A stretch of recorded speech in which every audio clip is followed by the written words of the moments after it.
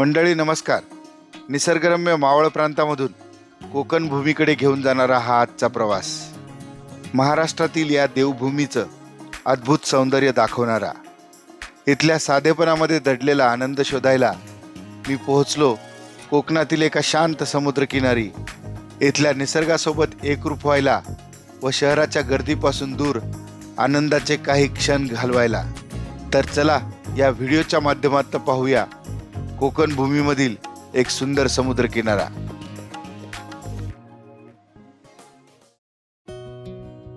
पुणे शहरातून सकाळी लवकरच बाहेर पडलो आणि गाडी धावत सुटली तामिनी घाटाच्या दिशेने.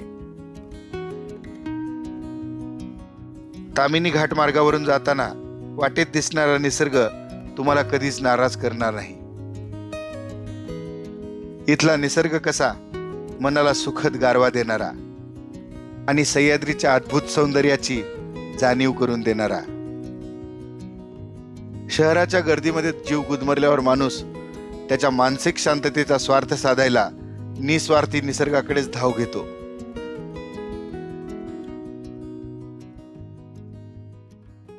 नमस्कार, कसे आहात तुम्ही सगळे? आय होप तुम्ही सगळे मजेत असाल. मंडळी, आजच्या भटकंतीमध्ये आपण निघालेलो आहोत कोकणामध्ये.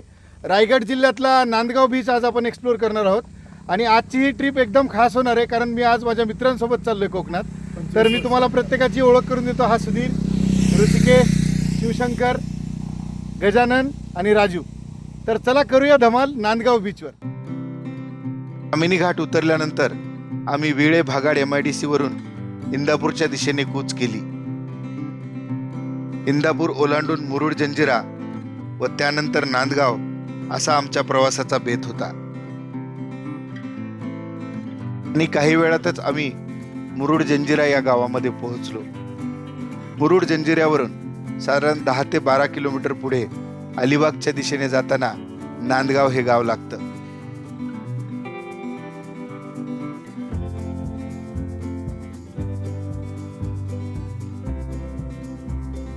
नांदगावमध्ये प्रवेश करण्याआधीचा हा निसर्गरम्य रस्ता खूप भारी वाटला.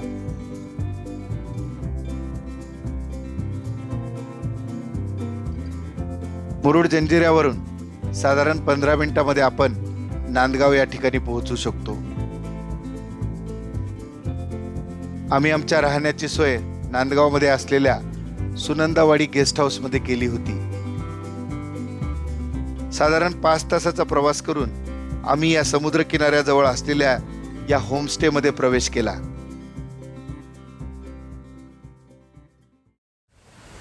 मित्रांनो, सुनंदावाडीमध्ये या 2 रूम आहेत. बऱ्याचशा मोठ्या रूम आहेत. एक इथे खाली रूम आहे आणि वरची रूम मी तुम्हाला दाखवतो. तर ही रूम आहे. 4 ते 5 जण आरामात आपण इथे ॲडजस्ट होऊ शकतो. या होमस्टे मध्ये तुम्हाला प्रति रात्र 1500 ते 2000 रुपयामध्ये राहायची सोय उपलब्ध आहे. इथे अटॅच टॉयलेट बाथरूम,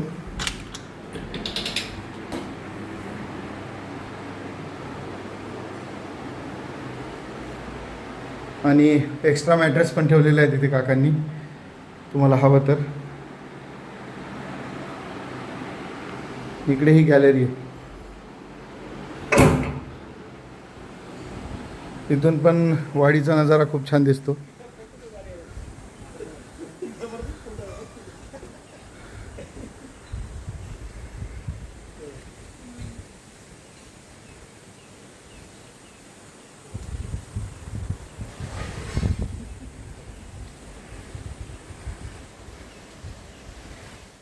पोहोचलो.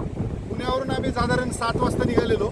तर मध्ये थोडा रस्ता खराब होता आणि खूप सुंदर बीच आहे हा, अगदी प्रायव्हेट बीच असल्यासारखा. मेन म्हणजे या बीचच्या शेजारीचा आहे काशीद बीच आणि इकडे आहे मुरुड बीच. पण हे जे आहे ते नांदगाव गाव आहे आणि इथला बीच आणि समुद्रकिनारा एकदम भारी आहे. त्यामुळे इथे येऊन तुम्ही छानपैकी एन्जॉय करू शकता. मंडळी, आपल्यापैकी बऱ्याच जणांना गर्दी नसलेला स्वच्छ समुद्र किनारा हवासा वाटतो. त्यापैकीच हा नांदगावचा समुद्र किनारा.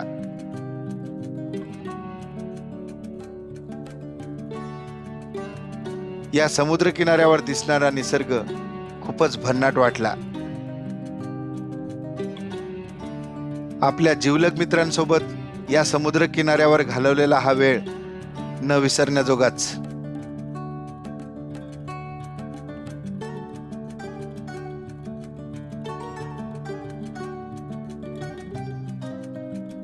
गर्दी विरहित असलेला हा समुद्र किनारा अशा काही प्राण्यांना व पक्ष्यांना या समुद्र किनाऱ्यावर बागडण्याची संधी देतो.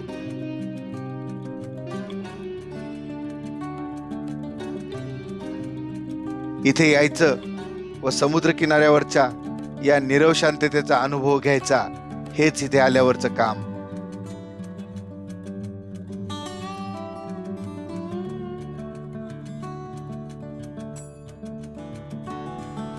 सूर्यास्त होईपर्यंत आम्ही सर्वांनी या समुद्र किनाऱ्यावर वेळ घालवला व त्यानंतर आमच्या होमस्टेकडे परत आलो.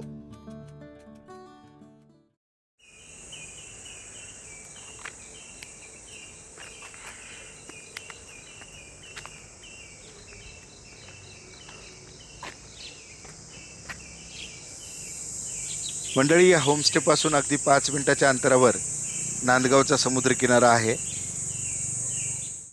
या होमस्टे मधून उजव्या हाताला बाहेर पडल्यावर नांदगावचा हा मुख्य रस्ता पाहायला मिळतो. मित्रांनो, हा तो मुख्य रस्ता आहे जो मुरुडकडे जातो. आणि हा जो रस्ता आहे हा आपल्याला काशीद बीचकडून घेऊन येतो. अलिबाग काशीदवरून हा येतो. आणि इथे ही पाटी आहे नांदगाव बीच, गणपती गवंड रस्ता. या रोडलाच ते आपलं फार्म हाऊस आहे, होमस्टे आहे. मनाला सुखद गारवा देणारा समुद्रावरचा सकाळचा फेरफटका.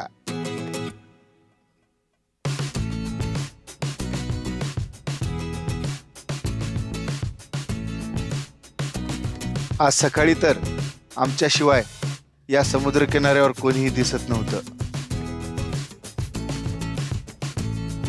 या समुद्र किनाऱ्यावरचे आनंदी क्षण आजही मी माझ्या कॅमेऱ्यामध्ये कैद केले.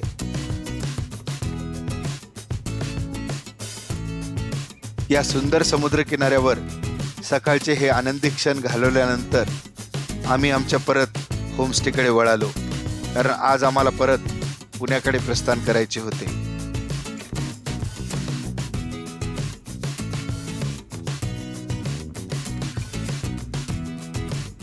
सुनंदावाडीमध्ये दिसणारा हा निसर्गरम्य नजारा कॅमेऱ्यामध्ये कैद केला. या होमस्टेमध्ये चेकआउट केल्यानंतर या गावातील जागृत देवस्थान श्री सिद्धिविनायक मंदिरात आम्ही दर्शनासाठी जाणार होतो.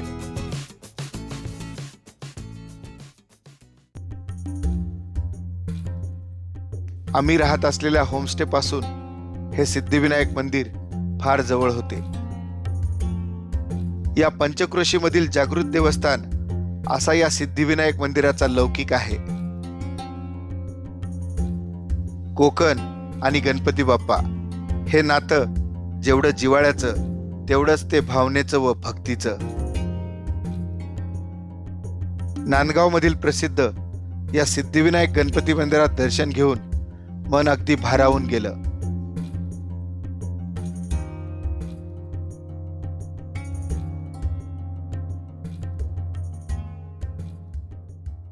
मंडळी, नांदगावमध्ये आजचा आपला दुसरा दिवस आहे. तर सकाळी आपण वॉकला गेलो होतो समुद्र किनाऱ्यावर आणि खूप आम्ही धमाल केली सर्व मित्रांनी. तर त्या मित्रांच्या काही प्रतिक्रिया मी घेणार आहे की कसं वाटलं त्यांना हा बीच आणि हे गाव. जे मित्र आहेत शिवशंकर, त्यांना आपण विचारूया की त्यांचा अनुभव कसा होता. नमस्कार, भटकंती कंपनीच्या सर्व व्ह्युअर्सना नमस्कार माझा. हा जो नांदगाव बीच आहे पुण्यापासून जवळपास 150 किलोमीटर अंतरावर आहे आणि इथला जो परिसर आहे एकदम अतिशय सुंदर आहे आणि इथं आल्यावर खरंच मन समाधान झालेलं आहे. आणि इथे जे वातावरण आहे हे खूप छान आहे.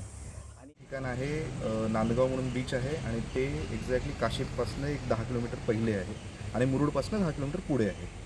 पुण्यापासून अंदाजात 160 किलोमीटरच्या आसपास आहे. खूप निसर्गरम्य ठिकाण आहे, खूप सुंदर ठिकाण आहे. आणि आम्ही जे मित्रमंडळी आलोत आम्हाला सगळ्यांना खूप सुंदर आणि खूप छान अनुभव आहे मिळाला इथे. धन्यवाद.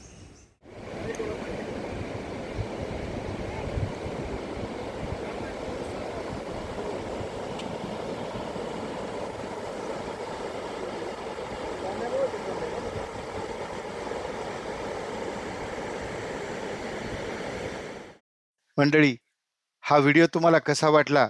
तुमच्या प्रतिक्रिया मला कमेंट करून नक्की सांगा. हा व्हिडिओ पूर्ण पाहिल्याबद्दल मनापासून धन्यवाद.